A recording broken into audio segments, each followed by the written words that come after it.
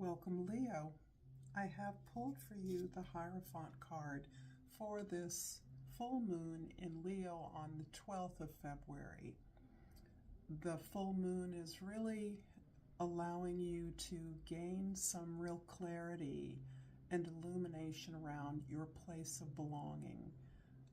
And as a full moon, it is also describing the steps that you're taking to actualize that position in the world. Think of the new moon in Leo occurs when the sun is in Leo. So that's when you're at the zenith of your desire to be seen, appreciated, loved, and positioned in the world in a way that gains you the visibility that you are so richly deserving of. The Hierophant also talks about the way that you are learning about where you belong. In some ways, it is you committing to the practice of gaining the knowledge necessary. That can be done through relationships or as a part of a relationship dynamic, where you are a parent that models the best behaviors for gaining more information about who you are and where you belong. These things just don't happen when we get into a long-term relationship and have children. We continue to grow as we are parents, as we are grandparents. So this indicates that what you do and how you do it is teaching others around you, particularly your loved ones, how this is achieved, how we gain, continue to expand, and build upon the knowledge that puts us in a place that gives us our best opportunities for success, for love.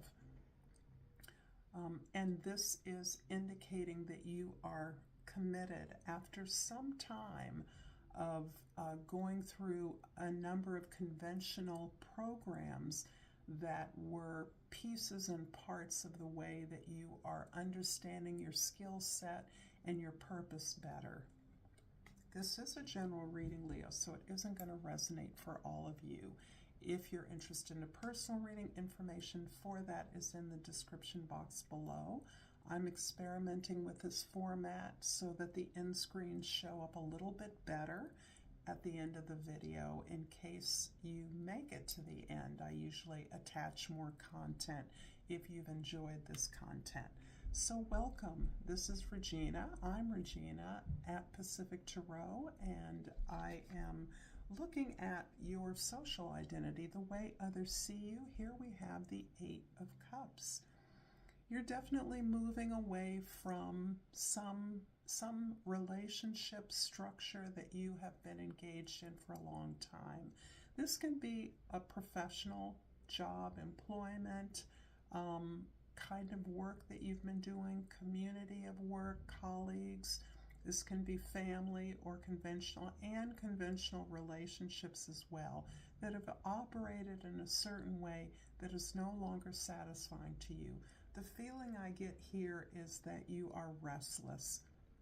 You're now peaked around more out there, more available to you, and you're aware you barely scratched the surface. You've been busy cultivating your family, your work, your professional allies, and now you realize you've gained all that can be gained from that. You're not interested in separating from these relationships. You've gained the courage through cultivating these relationships to make a move towards something that is more challenging and more significant to your life path. In the first house, we have the Five of Wands. You're definitely working it out as part of a team. And this is part of what you're bringing to the team as during this full moon energy. You're really looking at the part you play, the part you can play as a member of a collaboration, a team, a unit, a community, and you're understanding that you have a distinct gift and role among others. One of the gifts is your ability to focus on solutions. You are someone who looks to the abundance, the joy, the feel-goodness of being who you are, and it wouldn't surprise me to see that you're looking for more ways to be authentic in a group. You're looking for less opportunities to simply conform and be in your lane. That doesn't appeal to you, although you see yourself as one of many on a team or a collaborator. You are not content to just do what everyone else is doing. You really want to encourage this process of growing and learning where everybody comes from their strong suit, their gift, and contributes equally by standing forward, offering what they know, what they're good at, and stepping back to let others do the same. And this is about buy-in. This is how you bring a team together, you meld a team together, and you have that ability. Remember, the sun is one of your cards, and that love, that energy, that joy, that abundance is part of your gift. In the fourth house, the house of your home, your foundation, your family, the Ten of Pentacles shows that you are grounded on some kind of a legacy, some kind of an inheritance. It can be a cultural legacy, such as a heritage or an ancestral pattern or area of activity that is grounding you with this tremendous sense of privilege. And I say privilege rather than entitlement because I don't think that's what you're discovering right now. I think you're realizing how hard others before you have worked, and we can be talking broadly in your cultural niche or more specifically in terms of your direct family members that have offered to you opportunities to learn, to grow, to live. But because of this privilege you've enjoyed, you realize that you're in a position to give that back. And that giving back may very much be as a parent, as a teacher, as a giver, as a social worker, as a philanthropist. But whatever it is, it's not about the amount of resources you have to give. It's about your approach to helping others with less have access to the privileges you have had so that they too can find their place in the sun. And in the seventh house of your significant others, we have the Hermit.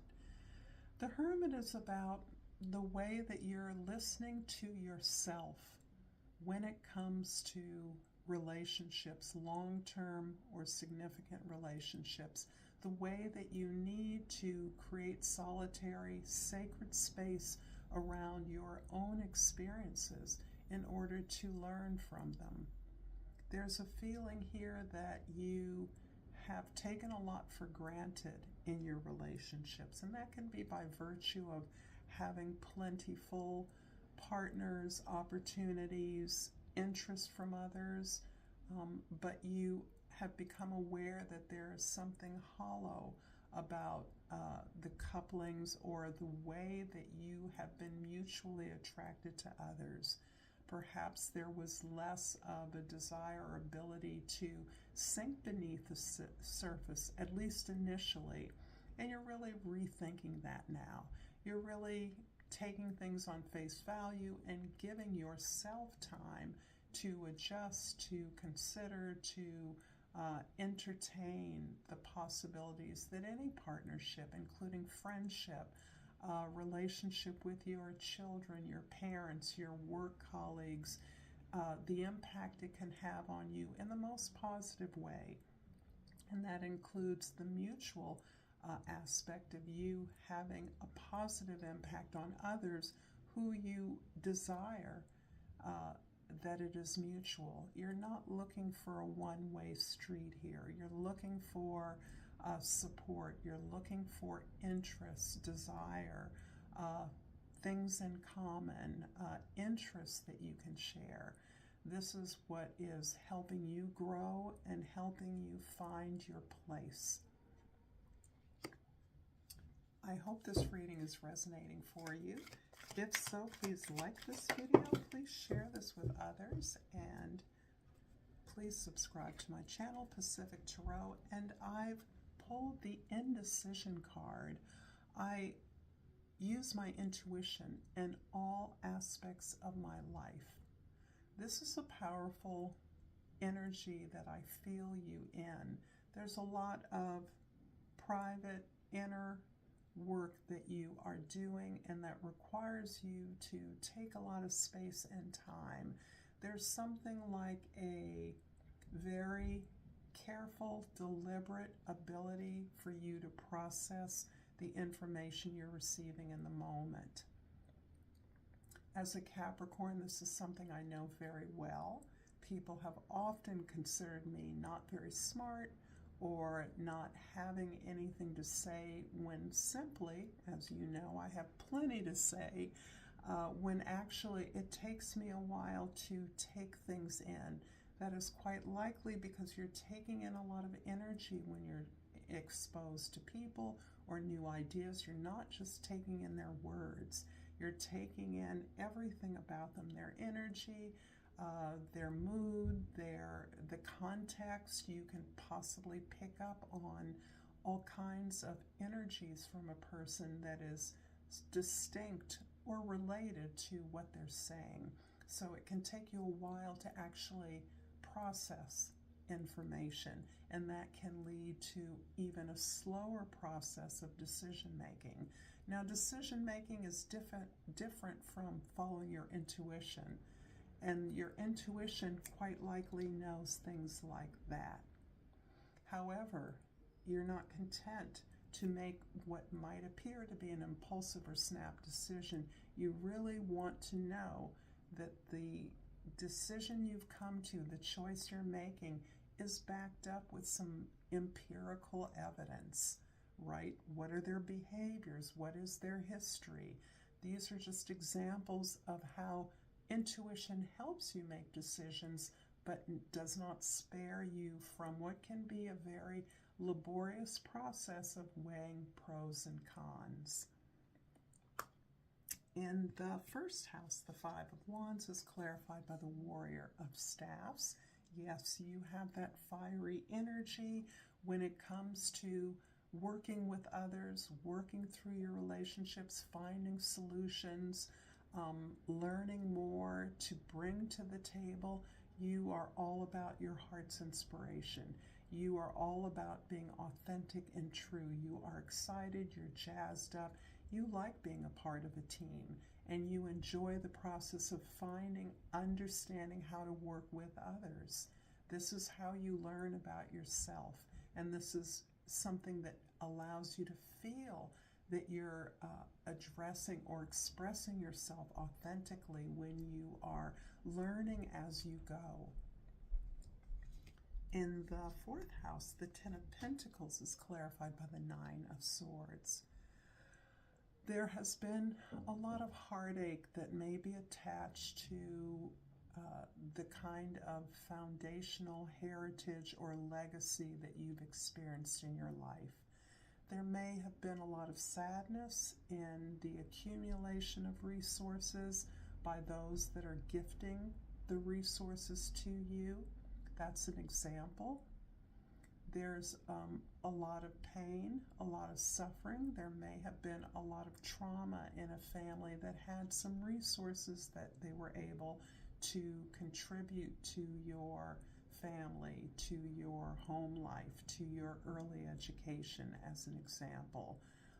And that pain, that suffering, that disappointment, that heartache is something that you are learning to separate yourself from. You're trying to understand that the two things are not always directly related. But it does teach you something about karma. And what that means to each of you will be very different. But the idea that having wealth or having expendable resources an abundance of resources does not indicate clarity or intelligence or joy or generosity, that there is something around the way that others treat one another that always comes back to haunt members of the family in this case. So there's some real pain that is part tied up with this legacy that you have or may be enjoying. In the 7th house of relationships, in the Hermit card is clarified by the Warrior of Pentacles. This is your practical side, and this is the part of you that is really carefully planning out the program of your further education, your training, the information you're seeking, vetting programs or ideas for growth or expansion. You are practical, you are very resourceful, you understand that money is not the only resource you have. You're looking at your options and you are clear that you want to be clear when you move forward on a program that may be lengthy or labor intensive. Going back to school can be more of a bite than you can chew at this point. However, looking at how that program can be segmented up, separated into parts, is something you're also looking at. This can be someone who goes to school at night. But whatever program, information you gain, training you approach, it is done with an open and practical heart. You want real skills out of this. You want real resources. You want to be able to demonstrate your knowledge or use your knowledge in some practical way. So this isn't just about expanding yourself. You want to be able to translate what you're learning into material gain. And in the 10th house, the 8 of Cups is clarified by the 10 of Staffs. There's a whole set of responsibilities attached to your family structure, your responsibilities currently that you have refigured, refashioned. This is simply emphasizing the fact that you have learned all you can learn from the situation that you're in, be that a job or a family situation. It can be a family structure, a relationship. You have shifted the focus of your responsibilities so that you are prioritizing your own needs, your own inspiration to grow. And that is requiring a lot of shifting, because the sense I have here is that you have support. And you are, again, enlisting the support of your village to reshift and resort things so that you can take this new opportunity to grow, to learn, to find your place in the sun that is not about taking care of everyone else to the exclusion of yourself. I'm going to finish up this reading with a crystal oracle. This is a different deck. And I pull the clear quartz, and the key word is clarity. I have clarity in all aspects of my life. Such a beautiful mantra for the Sun, Leo. Thank you so much. Until next time, namaste.